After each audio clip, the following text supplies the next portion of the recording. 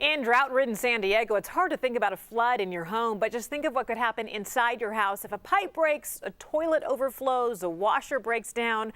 Our friends from the Home Pro Show are here to help. Let's check in with the host of the show, Clint August. Hi, Clint. Hey, how are you, Heather? We're doing fine, thanks. All right, so if you woke up in the middle of the night and your house were flooding, would you know the first two things you had to do?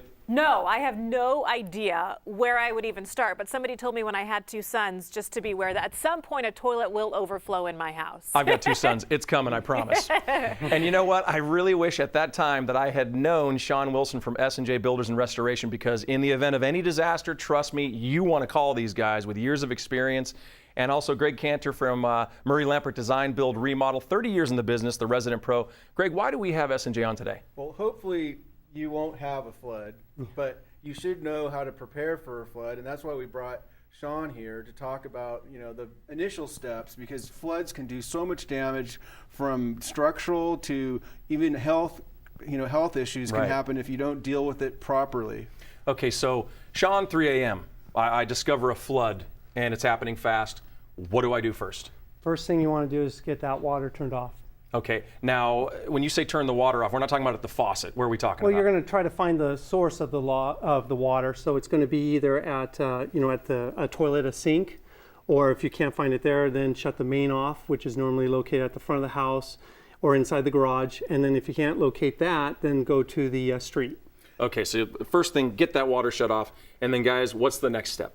Next step is to start the emergency services by calling S&J Builders. And I think everyone should have an emergency kit and have a wrench, so that if you have a problem, you can shut the water off, and have his 800 number handy after you hopefully get the water shut off. Okay, and we actually do have that number, 866. It's 752-8453. That's 866-752-8453. Now here's the other thing. I was concerned when we had a flood that homeowners association had to make the call, or does my insurance choose who I call? What happens with that? Well, depending on the time of hour, the best bet is to call a restoration company like S&J. Second is your insurance company. You want to notify them of the claim.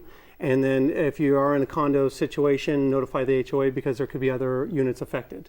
Okay, now I just want to make sure that we understand correctly. So it is not the insurance company that makes the decision on who to call. It is the homeowner every time, right, guys? That's correct.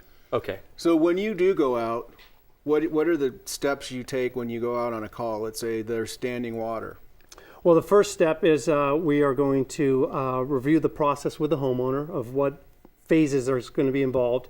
We're going to do moisture mapping, where we're going to check the surrounding building materials on the. And that's what this equipment is for. That's correct. Yeah, what is this, like ghost hunting? What is this thing right here? That's a thermal imaging camera, which we use to help us track moisture that might have wicked up into a wall or a ceiling and is not dripping, but it is still wet and needs to be addressed. And what's important is, you may think that you've sopped up the water, but it could be in the drywall, it could be in any other layers of building material. So it's really important to have it checked out properly.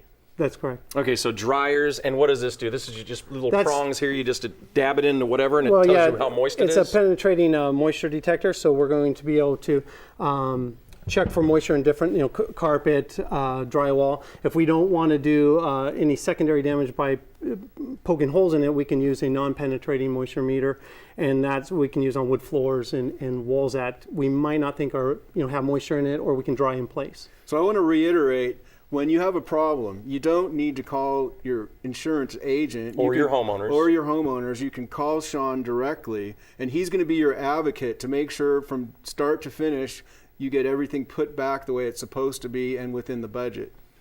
Well, yes, you want to get the job going to get your house dry, so it's safe.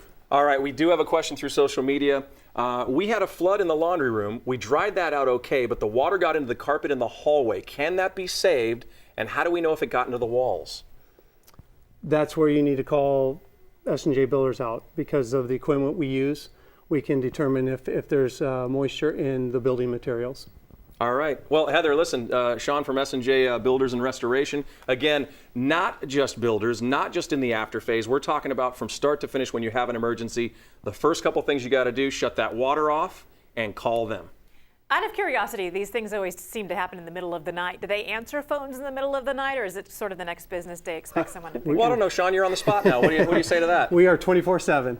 Okay, good to know. Yes. You are now if you weren't before, right? That's right. All right, Sean, thanks.